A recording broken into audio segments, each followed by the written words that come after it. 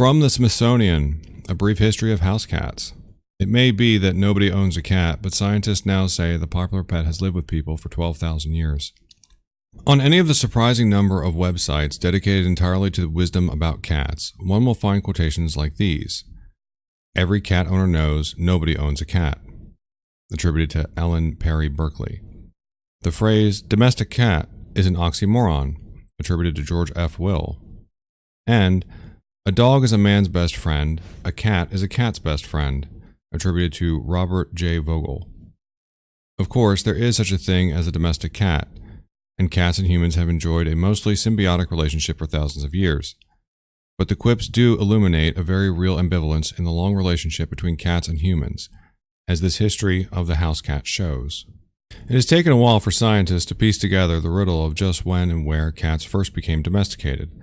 One would think that the archaeological record might answer this question easily, but wild cats and domesticated cats have remarkably similar skeletons, complicating the matter.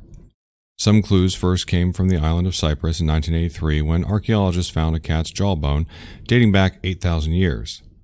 Since it seemed highly unlikely that humans would have brought wild cats over to the island, a spitting, scratching, panic-stricken wild feline would have been the last kind of boat companion they would have wanted, writes Desmond Morris in Cat World, a feline encyclopedia. The findings suggest that domestication occurred before 8,000 years ago.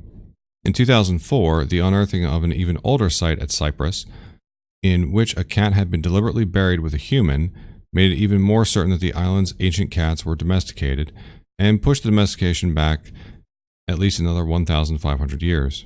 Just last month, a study published in the research journal Science secured more pieces in the cat domestication puzzle based on genetic analyses. All domestic cats, the authors declared, descended from a Middle Eastern wild cat, Felis silvestris, which literally means cat of the woods. Cats were first domesticated in the Near East, and some of the study authors speculate that the process began up to 12,000 years ago. While 12,000 years might seem a bold estimate, nearly 3,000 before the date of the Cyprus Tombs cat, it actually is a perfectly logical one, since that is precisely when the first agricultural societies began to flourish in the Middle East's Fertile Crescent. When humans were predominantly hunters, dogs were of great use, and thus were domesticated long before cats. Cats, on the other hand, only became useful to people when we began to settle down till the earth and, crucially, store surplus crops. With grain stores came mice, and when the first wild cats wandered into town, the stage was set for what the science study authors call one of the more successful biological experiments ever undertaken. The cats were delighted by the abundance of prey in the storehouses, people were delighted by the pest control. We think what happened is that the cats sort of domesticated themselves. Carlos Driscoll, one of the study's authors, told the Washington Post.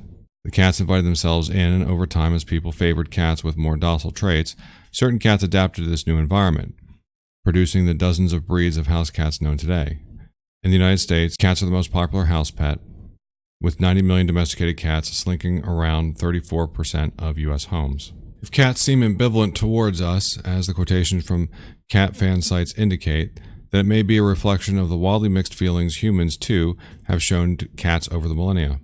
The ancient Egyptian reverence for cats is well known, and well documented in the archaeological records. Scientists found a cat cemetery in Beni Hassan brimming with 300,000 cat mummies. Bastet, an Egyptian goddess of love, had the head of a cat, and to be convicted of killing a cat in Egypt often meant a death sentence for the offender. Ancient Romans held similar, albeit tempered and secularized, reverence for cats, which were seen as a symbol of liberty. In the Far East, cats were valued for the protection they offered treasured manuscripts from rodents. For some reason, however, cats came to be demonized in Europe during the Middle Ages. They were seen by many as being affiliated with witches and the devil, and many were killed in an effort to ward off evil, an action that scholars think ironically helped to spread the plague, which was carried by rats. Not until the 1600s did the public image of cats begin to rally in the West. Nowadays, of course, cats are superstars, the protagonists of comic strips and television shows. By the mid-1990s, cat services and products have become a multi-billion-dollar industry. And yet, even in our popular culture, a bit of the age-old ambivalence remains. The cat doesn't seem to be able to entirely shake its association with evil. After all, how often do you see a movie's maniacal arch-villain as he lounges in a comfy chair and plots the world's destruction, stroke the head of a golden retriever. From the website Housecat, domesticated cats through the years. Until recently, researchers estimated that cat domestication dated back to 9,500 years ago.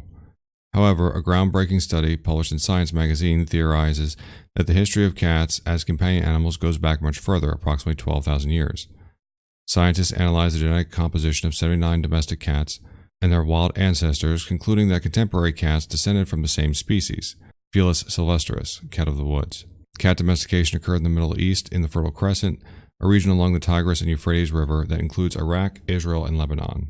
It's well known that some nations worshipped cats for thousands of years and treated them like royalty, such as adorning their pets with expensive necklaces and even mummifying their kitties when they died. Ancient Egyptians incorporated cats into their worship, and famously the goddess Bastet, who could morph into a cat. Perhaps this is why our furry friends fully expect us to worship them. The importance of this revised timeline, explains David Zaks, writing for Smithsonian, is that it underscores that cats have been helping humans for nearly as long as dogs have, just in a different capacity. As Gwyn Juliford writes in The Atlantic, cat genome expert Wes Warren explains that cats, unlike dogs, are really only semi-domesticated.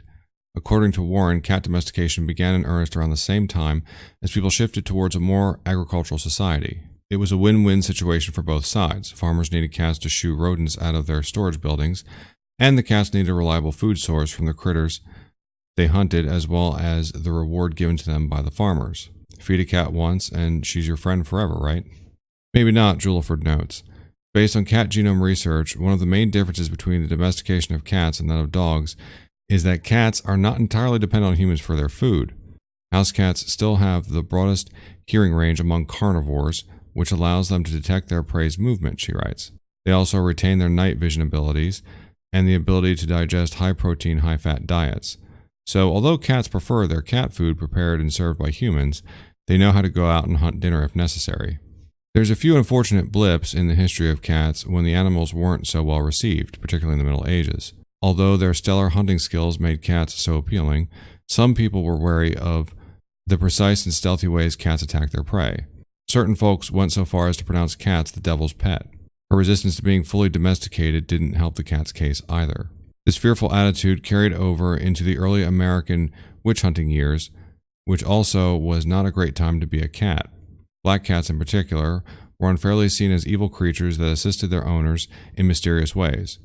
Unfortunately, this cat myth persists, but more and more people now realize that black cats are not any spookier than other hued kitty counterparts. However, not everyone during these early periods held negative feelings towards cats. As noted earlier, farmers and townspeople alike appreciated the good work that mousers did to keep food supplies safe, and nunneries also kept cats as pets. In fact, one of the most legendary cats in history lived in medieval England, says the BBC. Richard Dick Whittington was a young man who went to London looking for work. He got a cat to help keep mice out of his attic bedroom. As the story goes, the wealthy merchant for whom Whittington worked offered his servants the opportunity to pay into the wealth he'd earn on a sea voyage. Whittington, having no money, gave the merchant the cat instead. As luck would have it, the cat killed all the rats on board, and once the ship returned, the king bought Whittington's cat for a large sum of gold. Though the story of Dick Whittington's cat cannot be confirmed, the kitty has evolved into England's most famous cat.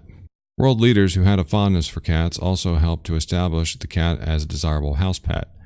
Winston Churchill, Prime Minister of Britain during World War II, an animal lover, famously kept cats at his estate, Chartwell, as well as his official residence while in office.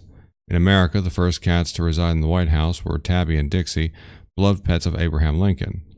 It's said that President Lincoln loved cats so much, he even took in strays during his tenure in Washington.